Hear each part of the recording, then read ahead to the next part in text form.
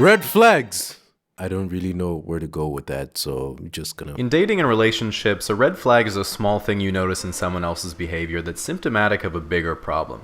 The trouble is that oftentimes a red flag can be hard to pick up on because red flags aren't only what someone does, they can also be what they don't do.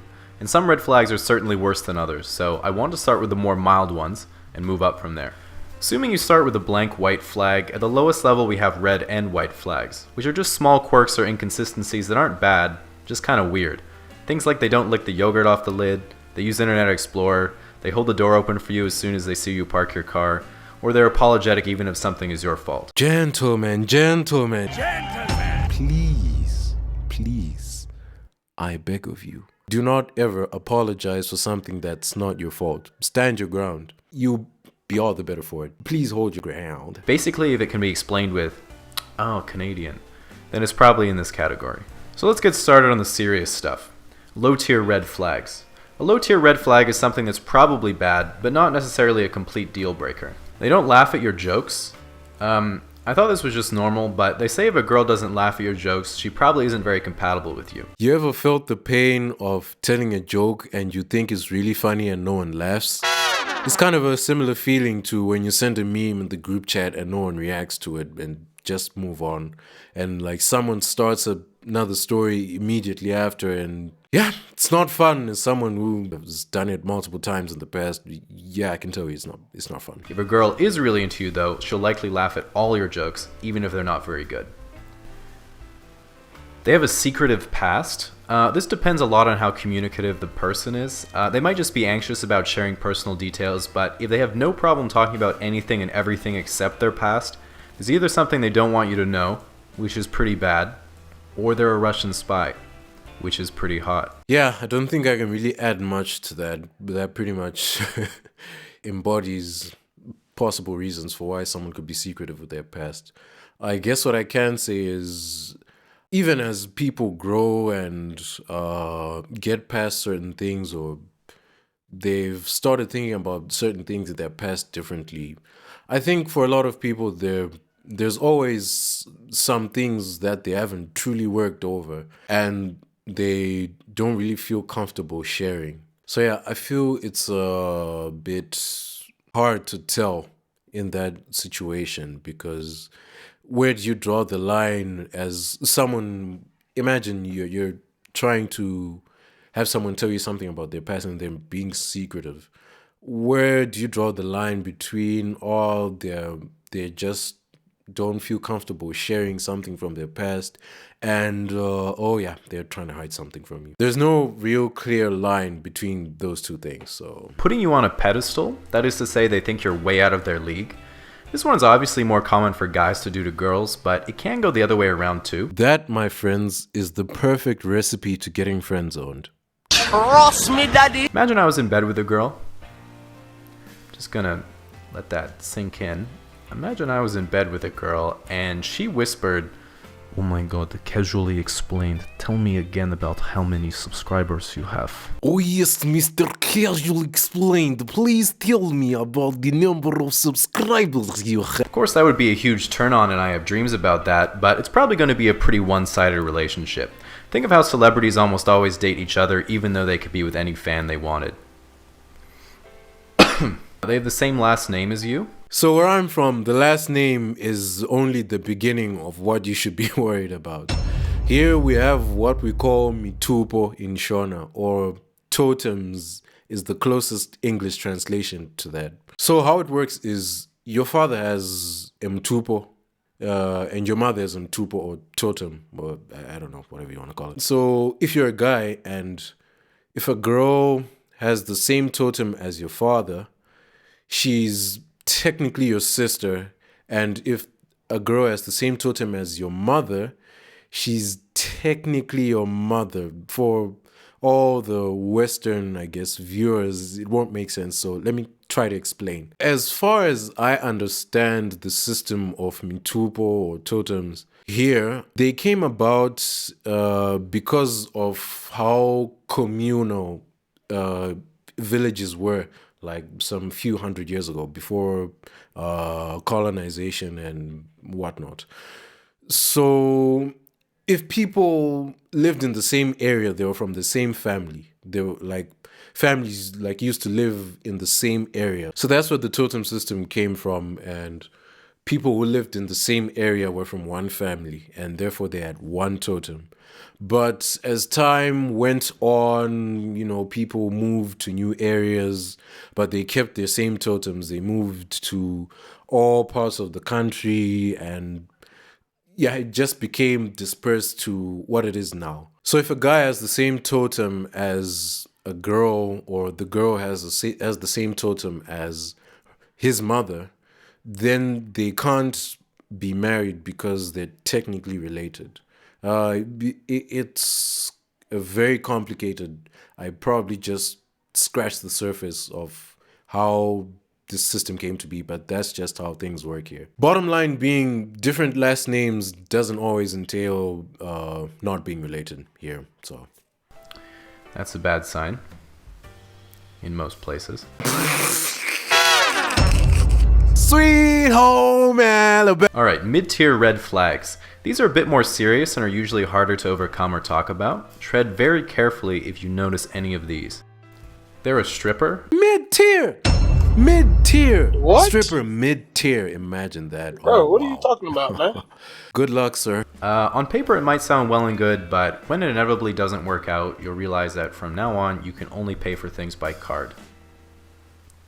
Worth it. They don't have any independence. That is to say, if they have no interests or hobbies or ambitions in their life, it's likely they'll try to involve themselves in every moment of yours. Yeah, I feel like that applies more to young people who haven't really figured out what it is they like or what it is they want, and haven't developed certain hobbies or interests, or even have a specific thing that they want to achieve. People like to call that their purpose. I guess you can call it that. Yeah, it's very bad if you're with someone who's not on a purpose, or if you aren't on a purpose, to be honest. So yeah, I agree. Which will eventually weigh you down and get in the way of your goals. Kind of like Reddit. They trash talk their ex a lot early in the relationship. For example, if the two of you were to break up, which shouldn't really be something you're thinking about, it was like, oh, what if you break up? But it's possible, so it's worth considering. If you were to break up and she turns out to be a psychopath, she could accuse you of a certain word that starts with R, we all know it, you know it, I do. This is usually an indicator they're still emotionally invested in their previous partner, and it can be very difficult to build a new relationship from the rubble of an old one. Got that from Tumblr. Using ultimatums. These are saying things like, you have to do X or I'm going to do Y. You have to watch out though, because that's like me saying, if you don't subscribe, I'm not going to be your friend. If you don't subscribe, I'm not going to be your friend. Well, I'm not now, but please subscribe. Which I would never say. Only think. But also, giving people ultimatums, that's low-key manipulative, because you're trying to manipulate someone into doing something. You're trying to manipulate someone into doing something that seems like they otherwise don't want to do, that you want them to do. So you're kind of trying to manipulate them by threatening to do something, whatever that something could be. Or we break up, or I'll tell such and such about you to such and such people.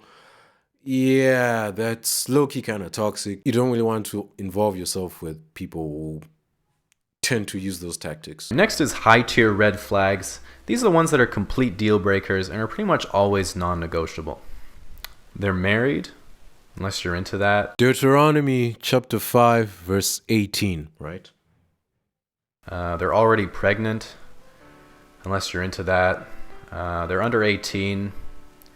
This isn't just a red flag, it's a felony. Or 16 if it's here where I'm from. If you do find yourself attracted to girls who are still in high school, a great way to get over that is to talk to one of them. It's just so obvious. Like, if you're way past 18 and they're like just below 18 or a lot below 18, the quality of conversation is just... They treat waitstaff poorly. I think being mean to other people in general is a good sign of how they're going to treat you in the future, and I know that'd be hard to deal with because my self-esteem is based on what other people think of me. Also, if you see someone being nice to other people or being nice to certain people and they're not nice to other people, i.e. they're actually mean, that's a very bad sign of some character flaws. Not saying no one has character flaws. I certainly have a lot, so... But yeah, I mean, it's indicative of some underlying character flaws, so watch out for that. If you don't like their friends, people tend to be friends with people similar to them, and if someone surrounds themselves with unsavory individuals, it tells you a lot about that person. Now, after a long time, eventually you might find that after going on date after date or going through relationship after relationship, even just after meeting a lot of new people, you start to think, it really seems like pretty much everyone I meet has something wrong with them. They don't get me, they always have problems that they don't think are problems, I can't connect with them at all, and why can't I find someone who's not such a disaster? This is the maximum tier red flag. It's actually just you. Perfect. Okay. I mean, I was kind of agreeing with what he was saying and just like echoing in my brain what he was saying, just relating it to things I've seen before. But as soon as he said that's the biggest red flag because that's a you problem. I wasn't really thinking about it like that. That's very true. Well, I guess to some extent. But I guess what I can add to that is if you find that every single person you meet has something that ifs you, yeah, you're pretty much going to go through that wherever you go, even if you move out of wherever you live into a different city, to a different country, you're just going to find that everyone has at least something that like ifs you about them. So it's more about realizing that it's more about trade-offs and what you're willing to put up with. I believe you should have some things that are at your core, like these things I can't compromise on. But if you make a list of things where it's very long and it's like if they don't like Doritos, if they liked dubbed anime... What? Things of that nature. If you're a girl, you're watching this and you don't like Doritos or like dubbed anime, get out of my face. But jokes aside, if you make a list of things that you wouldn't want in a potential partner, I think it's important to realize some of the things you're willing to trade off, which aren't really that consequential. Which was the point of what he was saying, like there's a low tier red flags, middle tier red flags, and high tier red flags. I think you should do that for yourself to realize what it is that you don't want in a partner, if certain things are deal breakers, if certain things you can compromise on. Yeah, otherwise if you don't do that, you not find the right person for you. Which really, if you want to break it down, the concept of the one is kind of false. It's not real. It's just something that has been sold to us by TV. This might sound pretty bad, but in a way, realizing that you might be a bit more responsible than you previously thought is the first step to becoming a more wholesome person and having better relationships with other people. And if you have a friend who shared this video with you, now is the moment where you reflect on whether they thought you'd find it funny and interesting, or if they're trying to passive-aggressively tell you something. Comment Doritos are better than Lay's if you're still here. Or if you prefer Lay's to Doritos, if you're weird like that. Subscribe!